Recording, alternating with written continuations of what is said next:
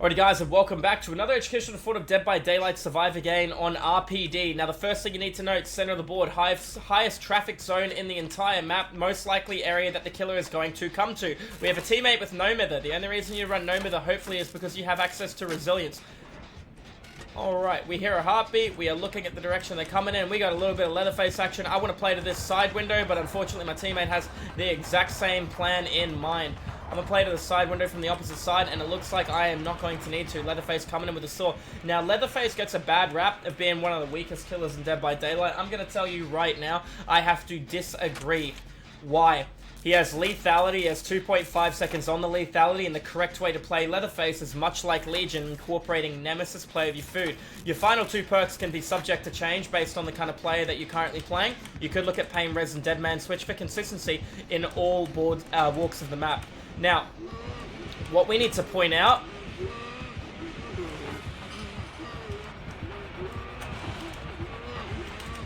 Alright, let's keep going. We dropped our medkit and we picked up a flashlight. Oh, goodness me. Well played. I was ready to fast vault that. There you go. That's what we needed. He flicked his wrist a little too hard. He pays the price. Just like I play the double step. Just like I play the bait on the triple step. He can M1 me. It doesn't matter. Good play by him to get the pallet. Window's unsealed though. Math. I can't blind him coming through the window, but I can rotate away into the next window straight directly in front of me.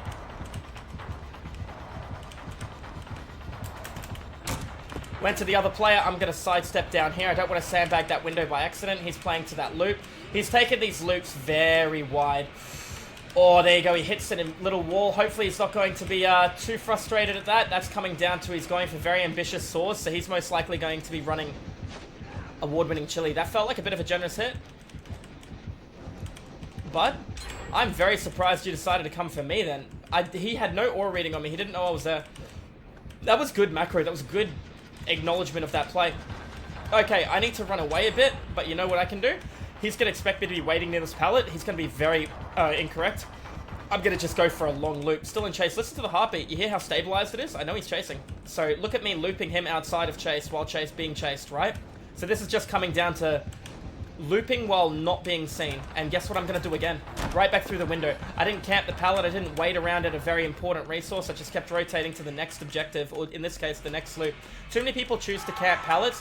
He ends up getting it down. And do you think there is the slightest chance at all he's going to leave the center of the board when he's lost two objectives, got his first down on the No.1 near the middle of the map? I want to go upstairs and I want to check the bathroom on my right-hand side. I'm taking in the sights a little bit. You know, I'm feeling I can make this work because he doesn't know I'm up here, but he does know where he is.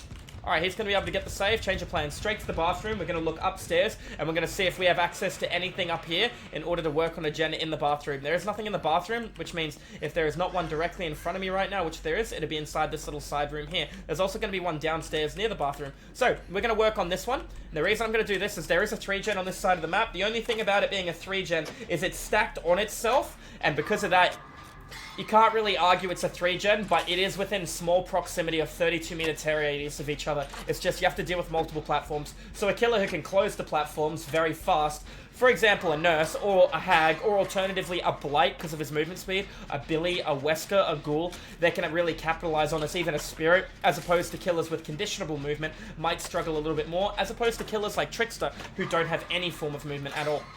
We can see what he's trying to do. He's looking for a saw down on a gentleman who's currently injured rather than breaking the pallet with his saw and then going for the M1. Now he breaks his pallet with a manual kick, which is going to cost more time.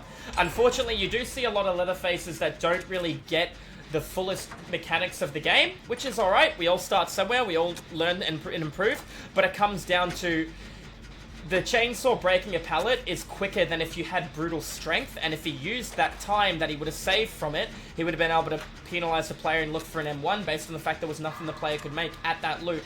The alternative was a loop on the right, but because he broke it with a manual kick, he would have been able to make the side window and then make it back to the middle of the map based on the fact that I didn't utilize the double side window too. There's a window that came the long way where I triple vaulted on him, and then you had the side window that he bamboozled, right? So there's a lot of different options available. Team's going to pump another gen, and it looks like Leatherface is going to walk away with only one hook this entire game. Now, you could argue it's a bit of a gen rush. I would agree with that statement. He did spend a lot of time in the middle of the map, but at the same time, he took chases that he was unable to successfully catch up to. No mither on a door. Let's have a quick peek out here. It looks like it's a door around the back end. Do you hear a 32-meter tear radius? I do not. I can also see he's in chase of somebody else. This is the hardest killer in Dead by Daylight to ever hook save against at the end of the game. He could sit there with a multi-hit instant down, and there's almost no way...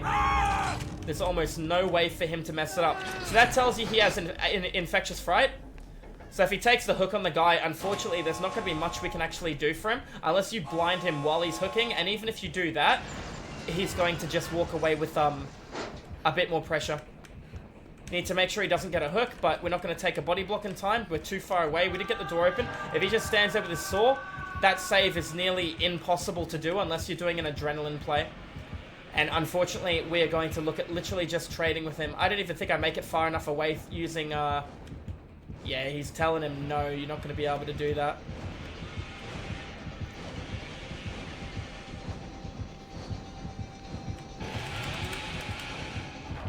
I was going to go for it, but my teammate moved a little close too fast.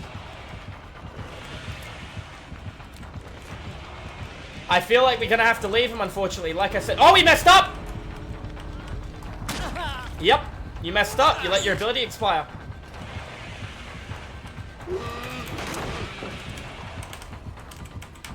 Okay, we take the long way then.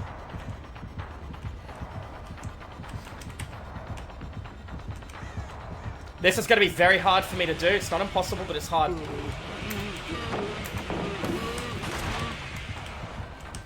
Alright. Let's do it, Goose. He's got bamboozled, so it's going to be hard.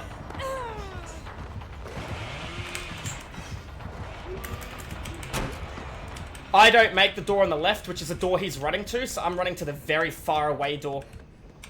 Alright, we managed to make that work. That's what we call the impossible save, but he sat there revving his saw, so he had to constantly pay attention to the revving bar while paying attention to us blinding him. All he had to do was not rev his saw, just stand there and wait. And the second somebody does a full animation, he lets go of the saw because he can't body block it. It's lethality in an instant down. We were able to get everybody out successfully against a face-camping Leatherface, just going to show you that it was really hard for him to make that mistake, but the second I saw him make the mistake with the tantrum, I know he couldn't use his ability, and because he couldn't use his ability, we rushed the hook save, and we were able to get our ally out. Anyways, guys, that's going to be an educational informative Dead by Daylight solo queue survivor game. If you enjoyed the educational informative DBD killer and survivor content, make sure you tune into the live stream. I do educational informative DBD killer content over at Twitch. Anyways, guys, thank you all for watching, and I'll see you guys in the fog in the next video. Have a good one. Cheers.